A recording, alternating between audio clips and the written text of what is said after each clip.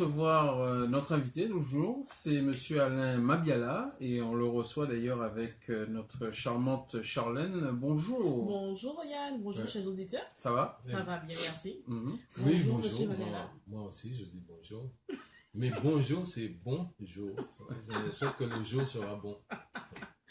Donc vraiment, bienvenue à tous à l'émission Le Temps des Champions pour les anglophones de Winner's Time, réservée à tout individu, pour ceux qui ne connaissent pas encore l'émission, réservée à tout individu qui a un impact, une expertise, quelle que soit la sphère d'activité au niveau local, caribéen, national, voire international.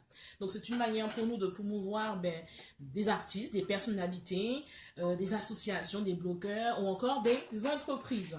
Donc aujourd'hui, nous avons le privilège et l'honneur de recevoir au sein de notre émission de Winner's Time, le temps des champions, une personnalité qui influence, je dirais, plusieurs domaines d'activité, tant au niveau littéraire, musical, au niveau du management, je dirais même un artiste autodidacte qui est connu comme un disciple de Jean de La Fontaine.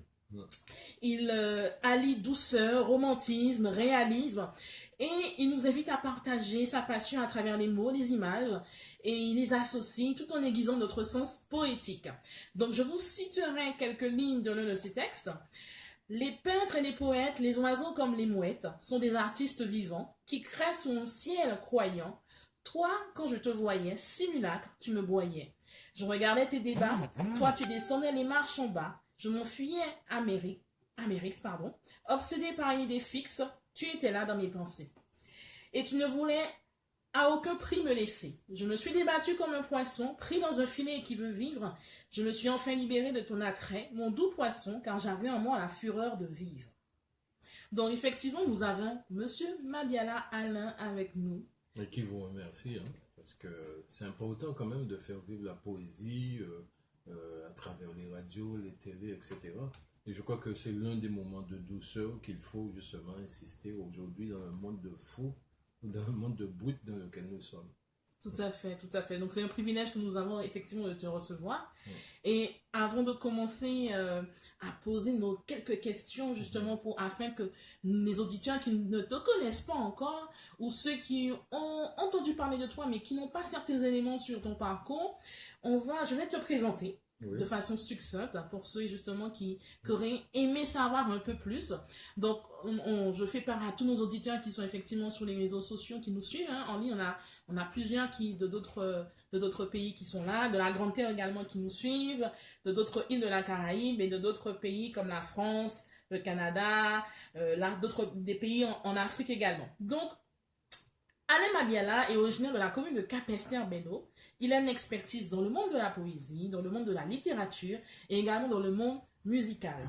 Et également dans le milieu du management. Donc, il est directeur de mutuelle. Et il est poète, écrivain, parolier. Donc, c'est une personne qui est polyvalente, qui a plusieurs casquettes.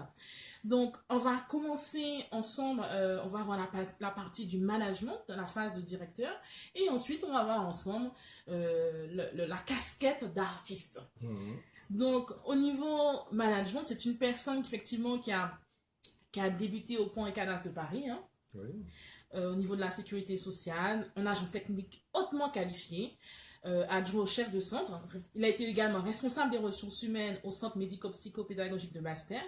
Il a été également président de la mutuelle interprofessionnelle de Guadeloupe-Guyane et depuis 1995, il est directeur de la mutuelle, alors anciennement mutuelle populaire d'action sociale et aujourd'hui Mutuelle de France Unie. Aujourd'hui mutuelle de France Unie. Donc c'est une personne qui est impliquée de façon professionnelle dans le monde de l'aide sociale. Donc quels sont les défis, Alain, que tu rencontres en tant que directeur? Parce que c'est quand même une responsabilité, c'est une lourde responsabilité, je dirais. Oui. Alors, merci Charlène.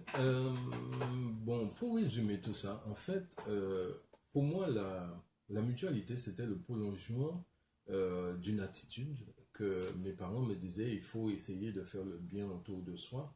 Et je cherchais quel est le lien que je peux avoir entre le travail et la main tendue que je peux donner aux gens. Bon. Mon père disait aussi que c'est pas quand tu donnes un poisson à quelqu'un que tu lui fais du bien, mais il faudrait l'apprendre à pêcher. Et quand nous avons monté, alors je travaillais au centre médico-psychopédagogique et je me rendais compte qu'il y avait un médecin qui s'appelait le docteur Amouzin qui à chaque fois essayait de donner aux gens des prescriptions pour aller chercher des lunettes ou bien faire des radios, etc. Et c'était des gens de conditions modestes, mais qui n'arrivaient pas à revenir avec ça parce qu'ils n'avaient pas l'argent pour faire. Et donc, et c'est là où je me suis penché par rapport à mon passé au niveau de la sécurité sociale. Je me suis rendu compte qu'il n'y avait pas une mutuelle qui était tournée vers les revenus modestes, ce que j'appelle les économiquement faibles. Alors, donc, avec le docteur Francis Ezelin, avec monsieur Sandoz Michel, qui a été donc le premier président de la Mutuelle populaire d'action sociale, nous avons décidé de monter une mutuelle qui était tournée vers les personnes à revenus faibles, c'est-à-dire une mutuelle populaire action sociale. L'action sociale, dans ce mot, était très important pour moi. Et donc, nous avons continué comme ça, et puis tant bien que mal, il y a eu 50 mutuelles qui ont fermé, parce qu'ils avaient non pas des problèmes financiers, mais il y avait donc le premier rebondissement des directives de Bruxelles. Il y en avait une ici d'ailleurs, à Vieux-Fort, hein, qui était la Gaîté Française, et qui a fermé aussi, ou lequel j'ai fait d'ailleurs une présidence, hein, j'étais allé à une assemblée et puis spontanément les adhérents, quand j'ai pris la parole, ils m'ont dit mais effectivement, bon, c'est toi qu'on veut comme président. Et donc j'ai fait un passage, après il y a eu quelqu'un d'autre qui était président et cette mutuelle, elle a fermé. Moi, les mutuelles en Guadeloupe n'avaient pas de problème. Il faut qu'on le sache. Les mutuelles en Guadeloupe n'avaient pas de problème, mais avaient un problème d'organisation. Parce que quelque part, nous sommes régis par une fédération nationale et cette fédération met en place des règles depuis qu'elle est entrée donc, dans l'Union européenne. Et en France, c'était la mutualité, c'était un truc purement franco-français. Et d'ailleurs, c'est un peu dommage que la France n'a pas pu s'appuyer sur son conservatisme pour pouvoir exposer, quoi, étendre la mutualité dans toute l'Europe. Mais enfin, bon, ça c'est une autre histoire. Donc, la casquette que j'ai en tant que directeur de mutuelle et qui est aussi un peu responsabilité, j'ai une casquette qui est multifonction, hein, comme tu as dit tout à l'heure.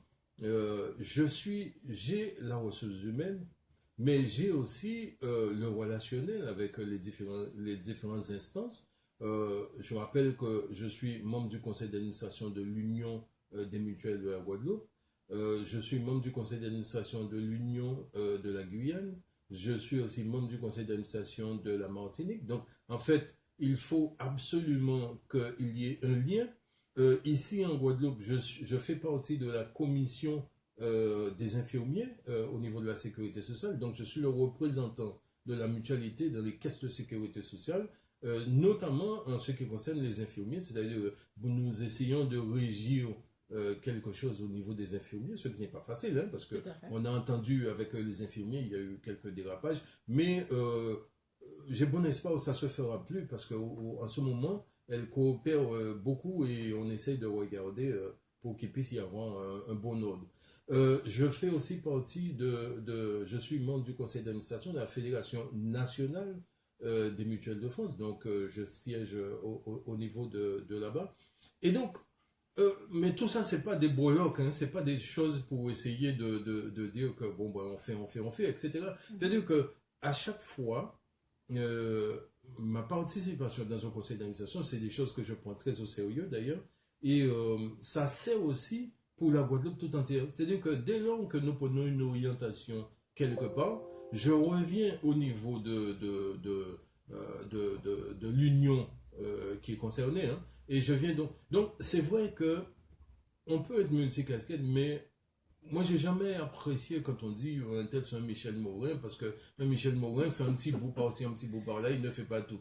Donc j'aime bien, et c'est pour ça que mes semaines sont pratiquement trop courtes, parce que bon, par exemple tout à l'heure là, j'ai un entretien avec un agent d'encadrement, c'est-à-dire qu'il faut prendre tout au sérieux et trouver le temps de faire tout au sérieux.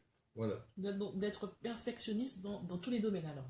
Bon, on essaye. Alors modestement, j'ai envie de dire que si la mutuelle, ex-mutuelle populaire d'action sociale qui est devenue MFU, qui a commencé avec 0 €, hein, nous étions enfants, mais 0 €, qui a commencé avec 0 adhérent, est devenue mutuelle de France Unie sur les 3 départements et la France, avec 120 000 adhérents et 57 millions de chiffre d'affaires.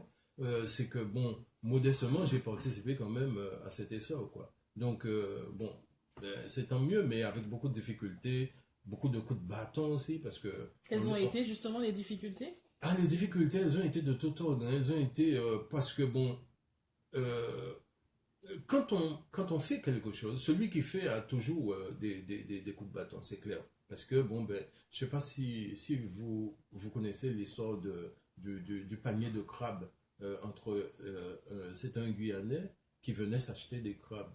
Et il a goûté ça, il aimait tellement ça, donc il a décidé de prendre des crabes. Il a pris des crabes en Martinique, il a pris des crabes en Guadeloupe, et puis il est parti avec 2 seaux. Et arrivé là-bas, les douaniers l'arrêtent en lui disant, mais monsieur, vous portez des animaux, vous ne devez pas avoir des animaux, etc. Et puis il dit, mais non, mais il aime tellement le crabe, et puis de toute façon, il va les manger tout de suite. On lui dit, mais oui, mais pourquoi celui-là est vide? Il dit, ah bon, ok, ça c'est des crabes martiniquais, bon, ça... Et il dit, mais pourquoi celui-là est rempli? Il dit, ben ça c'est des crabes guadeloupéens. On lui dit, mais expliquez-nous un peu. Il dit, ben je vais vous expliquer. Le crabe martiniquais, quand il y en a un qui veut s'échapper, ils regardent, ils montent les uns sur les autres, et puis il y en a un qui donne la patte à l'autre, et puis ils font la queue comme ça, et puis ils s'en vont. Et le crabe guadeloupéen alors? Ben le crabe guadeloupéen, quand il y en a un qui veut s'échapper, qui veut monter la tête, les autres l'écrasent en lui disant, reste là, reste à notre niveau, faut pas.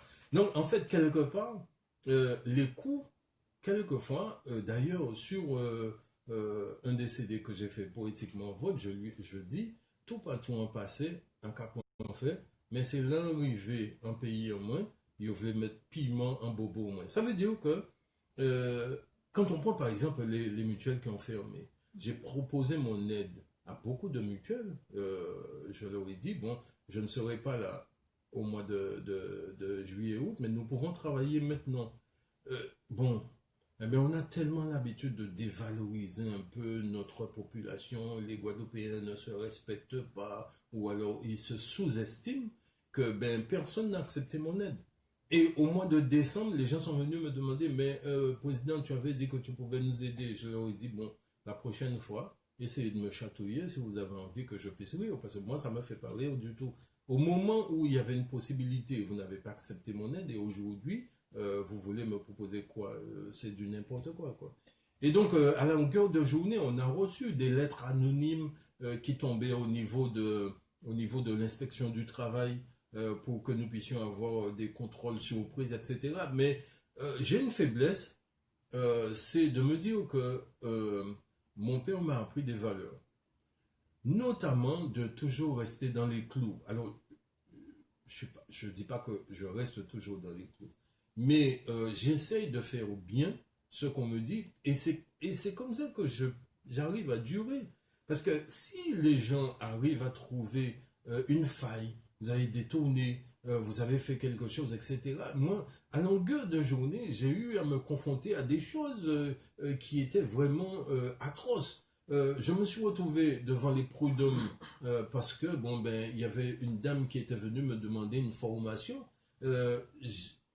J'ai refusé dans un premier temps et cette dame s'est mise à pleurer mais à chaudes larmes. Donc je suis passé voir mes employés pour leur demander s'il y a une possibilité de lui donner une petite formation en informatique.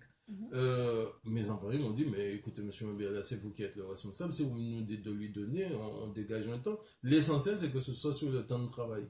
Donc, j'ai fait comme ça, mais j'ai eu une chance extraordinaire, c'est de l'avoir fait remplir des papiers, etc. Comme quoi, elle aura une formation gratuite, ça coûte tant, mais ça sera gratuit pour elle, etc.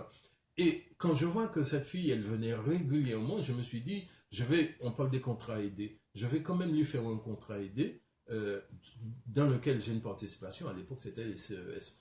Et je vais essayer de lui donner un contrat aidé, parce que ne serait-ce que pour l'aider pour l'essence, parce qu'elle sortait de vieux habitants. Et bon, je lui dis, bon ben écoutez, comme la mutuelle est fermée en juillet et août, à l'époque c'était au mois d'août, nous sommes au mois de juillet, vous avez commencé là, donc je vous fais un contrat aidé, je le mets à partir de septembre, comme ça elle aura un truc, parce qu'au départ elle était venue gratuitement. au mois de septembre, je suis en Guyane et je reçois une convocation des prud'hommes, comme quoi je l'ai embauché au travail au Nord, je lui ai fait travailler un mois au Nord. Alors que cette fille, c'était pour l'aider, quoi. Au départ, il n'y avait pas de question de contrat. C'est-à-dire qu'à longueur de journée, vous vous rendez compte que vous êtes confronté à des choses comme ça, etc. Il faut avoir la tête solide. Il faut avoir un environnement sain, c'est-à-dire que j'ai une famille quand même qui sait qui je suis et ce que je vaux. Et à partir de ce moment-là, et puis je peux dire que la musique aussi, c'est un échappatoire, c'est quelque chose qui me permet de m'évader, la poésie aussi, c'est-à-dire que dès lors qu'on a un pôle d'intérêt autre que vos responsabilités professionnelles, je pense que vous pouvez tenir. Et des valeurs. Et des Bien sûr, valeurs. bien sûr, bien sûr. Donc, tu es en train de nous dire que malgré toute l'aide, malgré tu as apporté de l'aide à plusieurs, il y a certains qui effectivement qui ont donné des coups de poignard, mais malgré tout, ça ne t'a pas empêché de rester quand même dans le monde de l'aide sociale et de continuer à persévérer et de continuer justement à porter justement ton expertise à ceux qui en ont besoin. Ah oui, parce que pour moi, je fais un acte de bienveillance, je ne sais pas comment on peut appeler Oui, de ça. bienveillance, bien sûr. Il faut toujours, quand j'étais petit, mes parents m'apprenaient, il faut que tu fasses une BA chaque jour, une bonne action. Ok? Donc, à partir de ce moment-là, si c'est comme ça que je peux le faire, regarder par exemple au niveau c'est pour ça d'ailleurs que j'avais intégré le conseil d'administration du Crédit Mutuel. Au Crédit Mutuel, vous avez des personnes qui, s'ils doivent passer par le circuit bancaire, ils n'auront pas de crédit. Je suis resté un certain nombre de temps, je suis parti, je suis parti. Parce qu'on n'utilisait pas mes compétences suffisantes. Mais moi, je me dis que quand on peut aider quelqu'un, une personne qui a besoin d'un crédit, etc., et qui, par le circuit normal, ne peut pas l'avoir, eh bien, c'est ça. C'est-à-dire que si aujourd'hui, je peux aider des personnes à avoir une couverture sociale, alors que s'ils passent par une mutuelle X, Y ou une assurance, etc., que cette personne-là, ça ne peut pas, eh bien, pour moi, je suis heureux et quand je sors de là, j'ai pas besoin qu'on me donne des cadeaux, etc. Mais le fait même de regarder le sourire dans le visage de la personne, ben, je lui ai porté un peu de bonheur, quoi. Il y a des gens qui me courent après, hein, Alain, la mutuelle que tu m'avais parlé là, est-ce que c'est valable toujours? Oui, ben oui, c'est valable toujours. Mais est-ce que tu peux le prendre avec effet rétroactif? Non, ça c'est illégal. Non, je ne marche pas comme ça. Qu'est-ce qui fait la force, monsieur Alain Mambiala, de votre mutuelle? La force et la différence, c'est que nous sommes une mutuelle de proximité. Aujourd'hui, par exemple, les gens ont besoin de s'exprimer. Alors, ça peut être un gilet maman, hein, mais quel que soit, les gens ont besoin de s'exprimer. Tu arrives aujourd'hui, tu appelles une mutuelle, bon, je nomme pas de nom, mais on te dira... Mutuelle X. Ouais, la mutuelle X.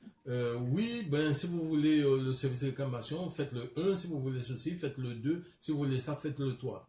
Vous avez dans d'autres mutuelles, vous avez, moi, dès lors qu'une entreprise, parce que nous faisons beaucoup de collectifs aussi, dès lors qu'une personne adhère à la mutuelle, elle a une personne qui s'occupe de son dossier. C'est cette personne-là, ça, tu peux l'appeler, laisser un message, etc., ou l'écrire par mail, il y a une adresse, etc. Donc il y a un suivi alors. Oui, il y a un référent. D'accord. Il y a un référent. Ça, c'est une première chose. Dans la deuxième chose, nous sommes beaucoup dans ce qui s'appelle la prévoyance. C'est l'une des seules mutuelles où on va trouver des prises en charge d'ostéopathie, homéopathie, médecine douce, etc. La majeure partie des mutuelles estiment que comme ça sort, c'est de l'allopathie, ça ne prend pas. Tandis que nous disons que un adhérent qui fait de la prévoyance, il ne regarde pas par rapport à la dépense qu'il peut, mais il regarde par rapport à la culture de son organisme. Donc à partir de ce moment-là, nous essayons, et là nous sommes même en train d'aller plus loin.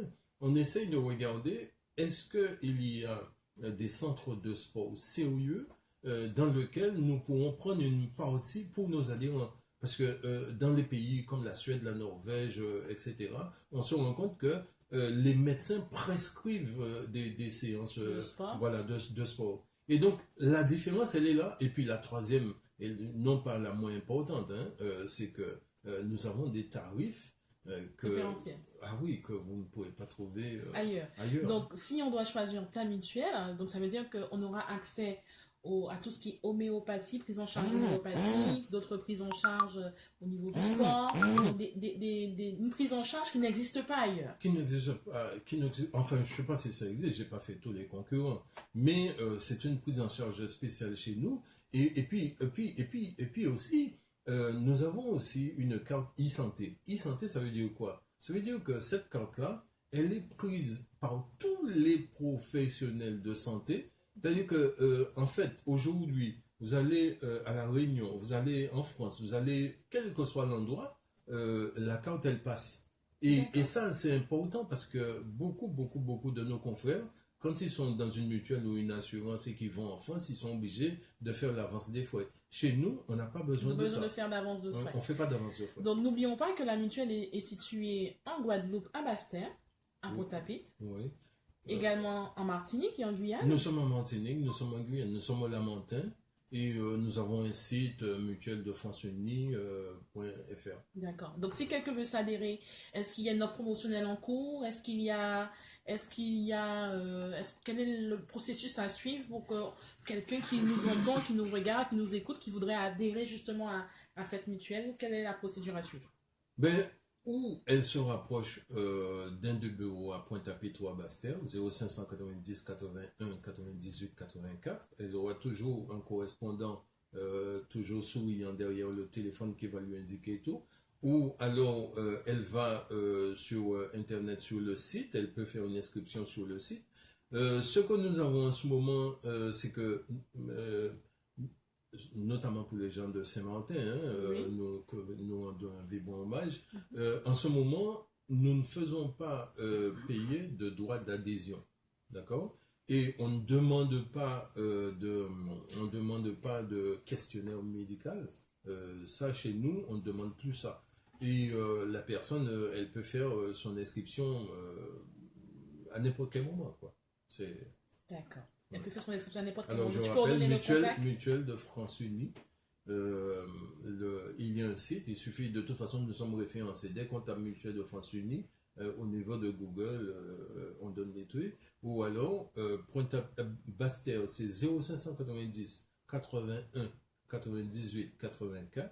Et Pointe-à-Pitre, 0590 91 82 79. Donc, effectivement, donc on a Monsieur Anema Biana pour ceux qui nous suivent, ceux qui nous ont pris en cours, qui est directeur de mutuelle, mais qui a aussi d'autres casquettes. Donc, nous avons vu en première partie sa casquette de directeur. Et nous allons voir aussi en seconde partie l'autre casquette en tant qu'artiste. Donc, un artiste qui est un poète, un écrivain, un parolier également. Donc, il a effectivement été récompensé à plusieurs reprises, il a beaucoup de récompenses.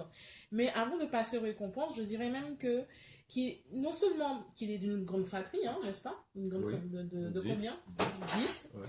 Donc, il y a eu le déclic, ce côté artiste qui s'est révélé à l'âge de 7 ans, si je me trompe, à l'âge de 7 ans, lors d'un concours qui a été proposé dans sa commune, ou qui était en l'honneur des mamans. Et effectivement, à l'âge de 7 ans, c'est quand même très tôt, chers auditeurs, de 7 ans, il s'est lancé, il a participé à ce concours de poésie, et effectivement, il a remporté le prix. Donc, à partir de cet âge, il y a eu effectivement le déclic. Oui, le déclic. Mais bon, ça me ramène à loin, mais je sais que j'ai vu tout à l'heure le nom de Christian Nara, il y a Maximilien Biguin-Siro, etc. Et ils avaient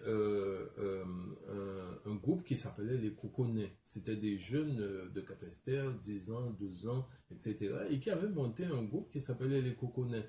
Et ils avaient été reçus par le maire. Et ces mecs-là, quand je leur parle aujourd'hui, ils me disent que c'était le déclic. On ne peut pas savoir. Beaucoup de maires ignorent que quand un enfant se lance dans un mouvement artistique, le fait de le recevoir et de valoriser, ça le pousse à faire ça plutôt que d'aller casser les voitures, quoi. Bien sûr. Et moi, je sais que ça a été un déclic, non pas... Je n'avais aucune vision de qu'est-ce que c'était un grand prix, un prix de poésie. J'ai fait ma poésie et j'ai été reçu par un élu qui était en veste cravate, et pour moi, c'était quelque chose. Et puis, cet élu est en train de me dire que ce que j'ai fait c'est bien et qu'il faut continuer dans cette direction. Et c'était quelque chose de tellement important que à partir de ce moment-là, alors il y a eu ça, mais il y a eu aussi le fait que quand je parlais, c'est-à-dire peut-être qu'on ressent aussi chez les poètes la même chose. Quand je parlais, j'avais toujours l'impression que ce que je disais était déformé. Et j'avais constaté que quand j'écrivais, au moins là, on me comprenait. Et donc j'ai continué ma conversation verbale par écrit, quoi. D'accord. D'accord, d'accord. Et c'est comme ça qu'au fur et à mesure, j'ai participé à des concours, non pas pour remporter des titres, mais pour savoir quelle était la valeur, la perception de ce que j'écrivais par rapport aux gens, par rapport aussi. Parce qu'il y a des poètes, hein, il y a beaucoup de poètes d'ailleurs. Je me rappelle avoir organisé un concours de poésie, parce que bon, j'étais animateur radio pendant 10 ans avec Christian Montaud. Et on avait organisé un concours de poésie où il y avait près de 500 personnes. 500 personnes qui avaient participé. Donc le poète est là, le poète existe. Et maintenant, tu as divers poètes. Tu as le poète qui est journaliste, quoi. Il va dire, il va faire un poème sur une voiture, trois voitures, qui a un volant et quatre roues, qui roule sur la route de fond, etc. Bon, ça c'est de la poésie. Mais c'est de la poésie journalistique. J'aime pas tout, hein.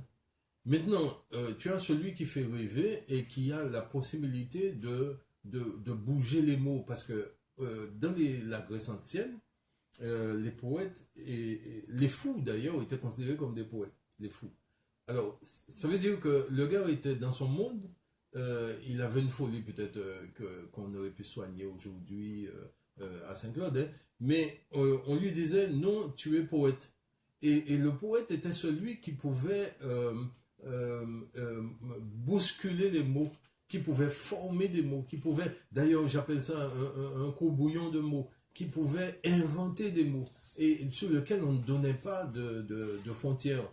Et ça c'est important parce que nous avons perdu, quand je suis revenu ici en Guadeloupe, et j'ai connu un gars qui fait partie d'ailleurs du concerto pour trois mains qui s'appelle Claude Yankamala, qui est décédé depuis, paix à son âme. Et Claude, j'ai vu Claude aller dans des fêtes à l'habitude, etc. Et, bon, quand on annonçait Claude Kamala qui venait, et les gens criaient, ah, foutez-moi de la paix, comme il Kavin fait là, sorti là, descendez dans les potiums bas, etc. Et Claude prenait son truc, il commençait à déclamer sa poésie, et tout le monde se taisait. C'est-à-dire qu'en fait, la magie de la poésie, c'est aussi ça, c'est qu'est-ce qu'il veut dire par là, qu'est-ce qu'il essaye de dire. Et c'est comme ça d'ailleurs que je suis l'un des premiers à avoir mis la poésie en musique, et si bien que j'ai entendu un poème dans une boîte de nuit, j'étais fort surpris, mais ça ne m'a pas choqué, parce que je voulais qu'on puisse comprendre que la poésie peut être à la portée de tout le monde. Qui peut traverser les frontières voilà. également. Voilà. Donc, nos chers auditeurs, sachez également que Alain Mabiala a plusieurs trophées, plusieurs récompenses. En 91, il a eu le premier prix concours de poésie pour la Journée internationale du créole. En 92, le premier prix concours de prose française à l'Académie des belles-lettres. En 92, le premier prix du conte créole de l'Académie des belles-lettres et premier prix médaille d'or de l'Académie de Lutèce. En 93, premier prix du recueil de poèmes de l'Académie des belles-lettres. Et en 95, l'Hibiscus d'or de l'Académie des belles-lettres. Donc, justement, à tous ces trophées, toutes ces récompenses, tu as créé plusieurs ouvrages, avec la poésie, qui est quand même l'une des références à travers ces ouvrages, des recueils de poèmes, comme Petit Jacques et le cocotier de poèmes, poèmes d'hier et d'aujourd'hui, certaines narrations, des nouvelles, des romans, comme Quand les esprits rôdent, Un chemin pour la liberté, n'est-ce pas? Pourquoi je pique? Il y a aussi des contributions musicales, parce que tu es aussi chanteur, parolier, mais aussi chanteur, donc avec une discographie bien remplie, hein. Mabiala Poétiquement Vôtre, Culture Z, Conquet en moins, Sunlight Ziloli, Mabizouk and Love, Fréquence Love, également Bambio, Zika Gogo et Alain en toute intimité, le tout dernier, n'est-ce pas? Oui, oui, oui. Donc, quelle est ta source d'inspiration pour écrire tous ces poèmes, tous ces ouvrages, toutes ces œuvres musicales? Je sais pas. Mais non, mais c'est vrai, c'est-à-dire que, en fait, l'inspiration, le plus souvent, c'est une émotion. Une émotion, après, qui descend comme une vibration.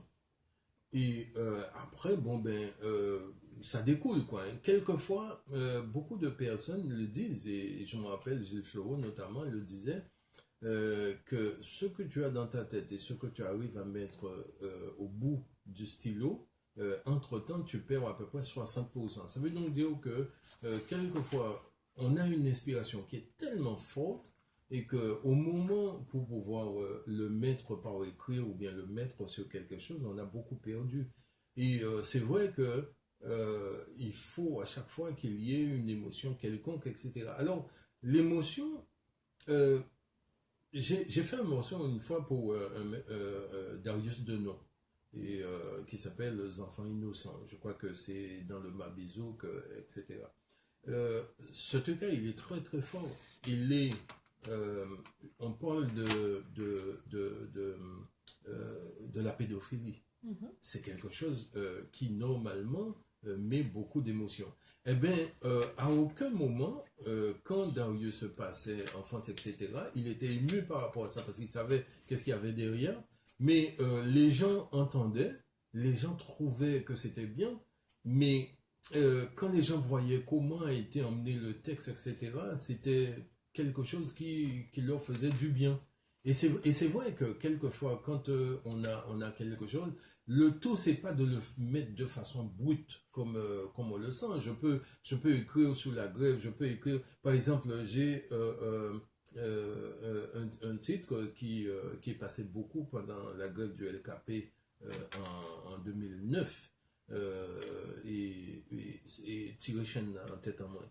Eh ben, ça, c'est un morceau qui n'a pas arrêté de tourner, de tourner, de tourner, mais c'est vrai que quand on fait ça au départ, c'est une émotion.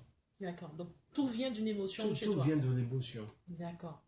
Et parmi tous les ouvrages que tu as créés, parce que dans les ouvrages, on a Cyriane ou l'histoire vraie d'une femme amoureuse, on a les aventures de Tyrozan, on a également Petit Jacques et la maman de l'eau, Petit Jacques et le tambour magique, Petit Jacques et le cocotier, le concerto pour trois mains que tu as montré tout à l'heure, Quand les esprits rôdent, donc le premier et le deuxième, Poème d'hier et d'aujourd'hui, et également Petit Jacques et le cocotier et poème.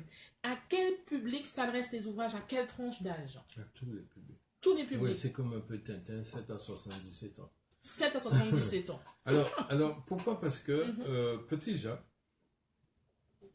Jacques, c'était en fait mon premier livre palpable. C'est-à-dire que j'avais déjà fait des poèmes, et puis ça s'appelle d'ailleurs Petit Jacques et poèmes. Et Petit Jacques, malgré tout ce que j'ai fait à côté, était resté au fond de moi. C'est-à-dire que je me suis dit, il faudrait que je puisse donner une nouvelle vie à Petit Jacques. Et, euh, et l'histoire m'est venue comme ça, où j'étais au CMPP avec des enfants, et je leur demandais, par exemple, euh, qu'est-ce que vous aimez comme fruit? Nous avons beaucoup de fruits ici. Qu'est-ce que vous aimez comme fruit? Et les enfants me disaient, ben, les 3 P. C'était, ouais, c'était Qui pomme, correspond?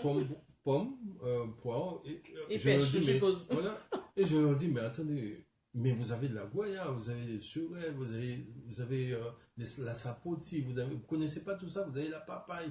Non, non, ben, parce que je me suis rendu compte que, alors je me suis dit, bon, voilà, j'ai trouvé ce que je vais faire. J'ai inventé donc maintenant mon petit personnage, Petit Jacques, avec un gars qui s'appelle Bernard Jouot. J'ai inventé le personnage et j'ai fait le personnage s'insérer dans la population. Petit Jacques mange de la canne, il mange des mangues, etc. De quoi Et promouvoir la culture. voilà. D'accord. Et tout en mettant le conte antillais en BD, je me suis rendu compte que le public adhérait déjà, parce qu'on a eu plus de 3000 ventes, etc. Et dans les écoles, ça entrait, mais Petit Jacques a été le déclic par rapport à ça. Et je rappelle, je vous informe que Petit Jacques, c'est la seule bande dessinée qui est exposée à la Cité d'Angoulême. C'est-à-dire qu'en fait, on côtoie des vraies bandes dessinées. Hein. Bon, on en a fait trois. Je pense pouvoir continuer, mais Petit Jacques, c'était vraiment mon coup de cœur, quoi. Et c'est mon premier. Alors, c'est Petit Jacques et Poème que Oui. j'ai mis en bande dessinée. Donc, qui a à se procurer pour tous ceux qui sont déjà entrés à l'école. Hein. Alain nous a bien précisé de 7 à Ah 78 oui, ans. oui, oui. Donc, c'est des ouvrages que vous devez vous procurer. Chers parents ou chères tantes, chers tontons, si vous avez des nièces, des neveux, des enfants que vous côtoyez dans votre famille, c'est un ouvrage, effectivement, que vous devez vous procurer qui promouvoit la culture caraïbéenne, la culture guadeloupéenne, des produits locaux également. Donc, je dirais même que ce serait le Tintin local. On peut dire ça comme ça ou Oui, pas? oui, oui, Le oui, Tintin oui, local. oui, oui, On connaît tous Tintin et Milou, n'est-ce pas? oui, Donc, le petit Jacques, c'est le Tintin local de la Caraïbe. oui. Donc, quel est ou quels sont les messages que tu souhaites véhiculer à travers les différents ouvrages, que ce soit au niveau musical, que ce soit au niveau littérature? Quel est le message, ou le message principal ou les Ouais. différents messages que tu souhaites véhiculer?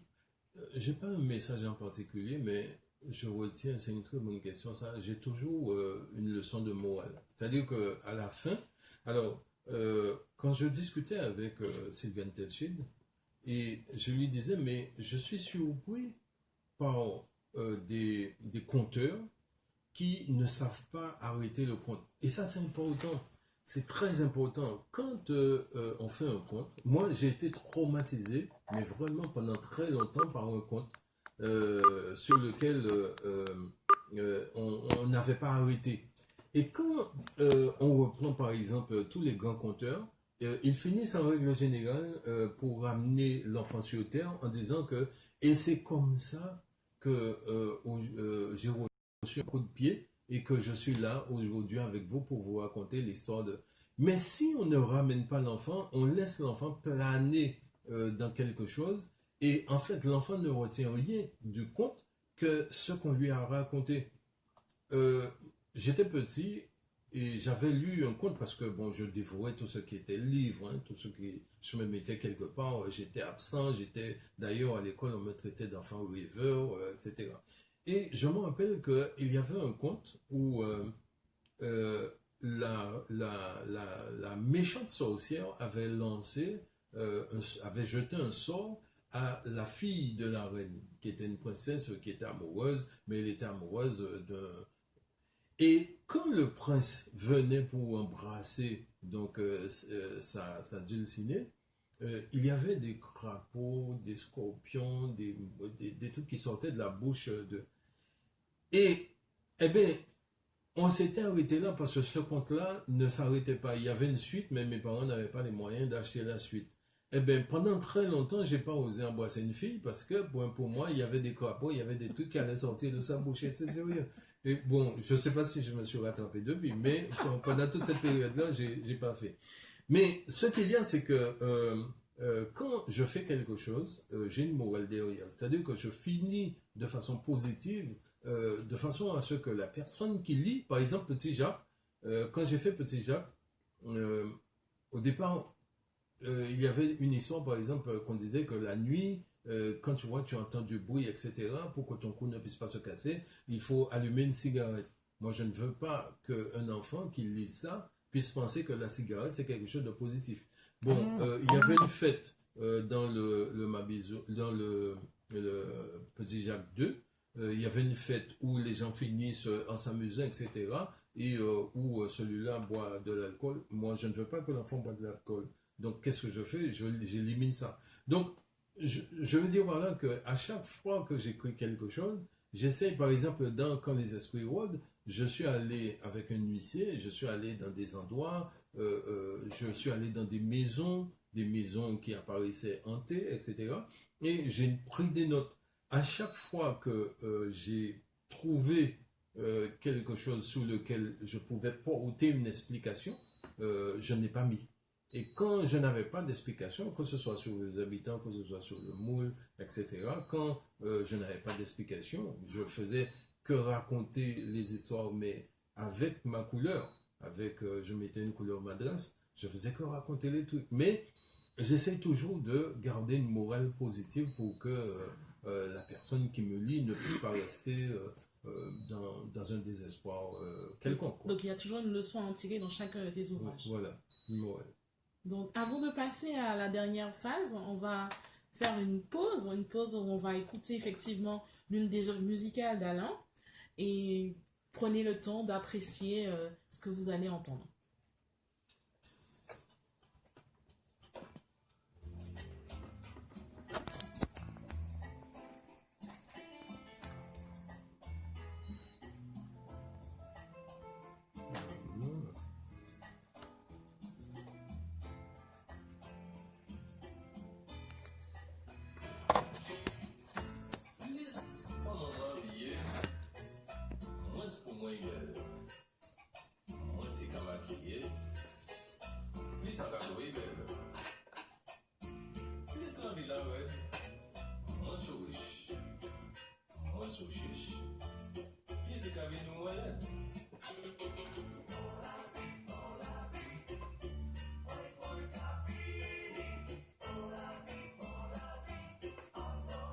Donc pour ceux qui sont sur les réseaux sociaux, nous sommes avec Alain Mabiala, qui est directeur de mutuelle, qui est également poète, écrivain, parolier, qui est originaire de la Caraïbe, qui nous fait partager sur la radio Climax FM son parcours, ses ouvrages, sa bibliographie, sa musicographie.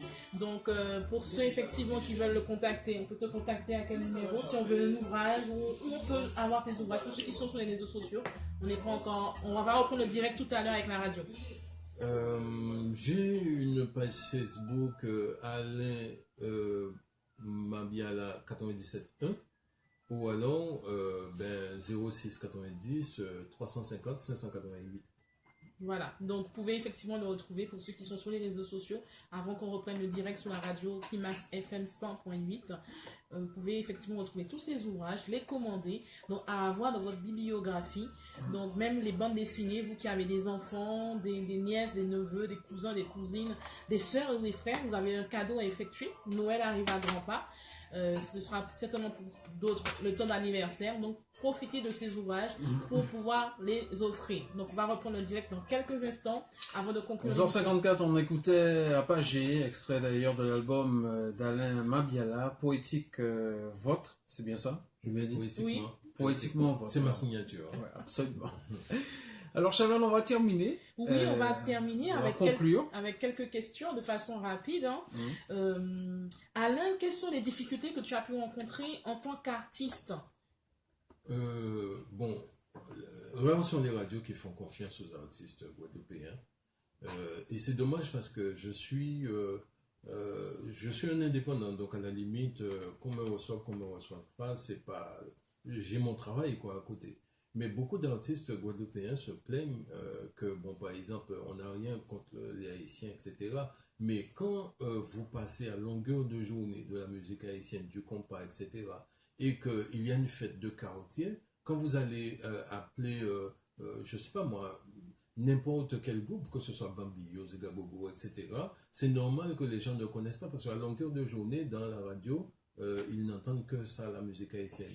Et ça, c'est un point négatif. Un 31 décembre, par exemple, quand moi je regarde notre télé nationale et que je vois qu'on passe de la musique guyanaise en Guyane, de la musique martiniquaise en Martinique, mais de la musique de la Jamaïque en Guadeloupe, je dis qu'il y a un problème. Alors, justement, quelle est la solution que tu proposes? On va faire assez vite, parce que le temps arrive. Oui, je parle beaucoup. Mais ce que je dis, c'est qu'on doit quand même se recentrer, s'ouvrir à l'extérieur, mais se recentrer sur nous. Donc, tu conseilles à tous nos auditeurs, tous ceux qui sont responsables de radio, que nous puissions apprendre à nous recentrer effectivement sur notre musique locale. Aimons-nous d'abord. Dans tout d'ailleurs, dans la littérature, dans la musique, etc. Aimons-nous d'abord. Aimons ce que nous faisons d'abord. Parce que nous avons de bons musiciens, nous avons de bons artistes. D'ailleurs, je vais vous donner juste un petit truc. Si vous allez sur YouTube, vous allez voir que avec Christian Yeye, on a fait un truc qui s'appelle Tube Tube Tube. Occupé par Tube Tube Tube. Eh bien, ce morceau-là a été repris par un Brésilien qui l'a mis en portugais et qui passe devant 90 000 personnes, qui a près de 246 000 vues. Donc, c'est que ce que nous faisons, c'est bon. Ils l'ont repris entièrement et tout a été repris, même volé. Parce que, à la limite, on n'a pas de. L'assassin n'a jamais pu récupérer ça. Donc, nous avons de bons artistes, apprécions-les. Wow. Donc, on va effectivement aller sur la fin. Et la question, l'une des dernières questions que je vais te poser, quelle est la clé de ton succès? Tu arrives à aller ta casquette de directeur, ta casquette d'artiste en tant que parolier, écrivain et également chanteur, poète également. Donc, quelqu'un qui aurait aimé marcher sur tes traces, une personne qui te prendrait comme une référence et qui aurait aimé justement faire comme toi, hein, avoir ces différentes casquettes, quel conseil que tu lui prodiguerais, tout en sachant que nous sommes dans une nouvelle saison qui est la rentrée et que beaucoup ont des projets, certains ont des projets qui n'ont pas encore réussi à aboutir au 9e mois et qui ont envie justement qu'avant la fin de l'année ça puisse aboutir, d'autres sont en réflexion par rapport à cela, d'autres certainement font partie de tes fans et qui voudraient être comme toi. Qu'est-ce que tu pourrais leur donner comme conseil avant que nous puissions passer à l'autre dernière question? Peut-être que ma réponse la plus j'ai pas envie de dire bête, mais la réponse la plus, j'ai envie de dire que la personne doit rester humble. Quand on manque d'humilité, quelquefois, on passe pour un con, on devient imbécile, etc. Garder la tête froide, faire ce qu'on a à faire, avoir la foi dans ce qu'on a envie de faire et pouvoir se lancer un jour ou l'autre, ça passera. C'est bête comme truc, mais bon, ma réponse c'est ça, il faut rester humble. Il faut rester humble. Donc l'humilité, je dirais, précède la gloire, c'est ça? Ouais. Hein? Ouais. On peut dire ça comme ça? On peut dire ça comme ça. L'humilité précède la gloire. Ou précède le succès. Précède le succès, la gloire, la réussite. Voilà. Donc, où peut-on retrouver tous tes ouvrages, que ce soit albums, que ce soit livres, que ce soit poèmes, recueils de poèmes, de nouvelles, de romans? Où peut-on les trouver? Je sais pas, moi je pourrais conseiller aux gens qui veulent d'essayer de me contacter, je répète, au 06 90 350 588, hein, que ce soit par SMS, etc. Les livres, les BD notamment, on peut les retrouver chez Jazor, parce qu'il a fait, mais les différentes librairies, à la limite, dès lors qu'on va à la librairie, c'est aux éditions, c'est Caraïbes Éditions. Il y a les éditions caribéennes, mais là, c'est Caraïbes Éditions. Il y a Petit Jacques et le cocotier, Petit Jacques et la maman de l'eau, et Petit Jacques et le tambour magique. On peut les avoir là, ou alors ils peuvent aussi le commander pour vous au niveau de l'imprimerie. Sinon, pour tous les autres, je pense que bon, il y en avait chez Debs est décédé, après on ne sait plus qu'est-ce qui a été fait avec les trucs, qu'est-ce qu'il les a vendus, etc. Mais sinon, pour tous les autres, tous ceux dont ils ont besoin, que ce soit Mabizou, que ce soit Poétiquement Vôtre, que ce soit Quand les esprits rôdent, que ce soit Syriane, ils peuvent me demander ça sur le site. Alors j'ai un site aussi, hein, alain.mabiala, sans H, mabiala.com. Hein, on peut toujours entrer aussi en contact. D'accord. Très bien. On va aller vite. Oui, là, on va directement partir sur notre flash. Oui. Alors, merci d'être venu. Tout à fait. Merci à vous. Beaucoup. Merci de l'invitation. Merci Alain, merci. Pour les chers auditeurs, on aura effectivement dans la semaine et les semaines à venir des cadeaux d'Alain Mabiala à faire gagner.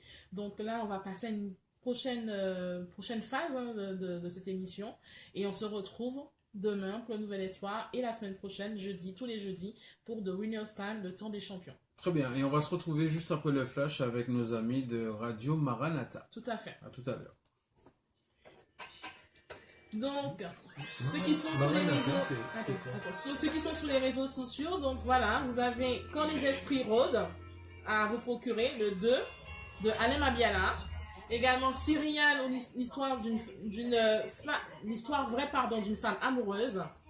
Donc c'est des ouvrages à gagner, donc vous pouvez nous appeler, vous pouvez suivre la radio également pour les avoir. Vous avez effectivement cet album Poétiquement Vôtre.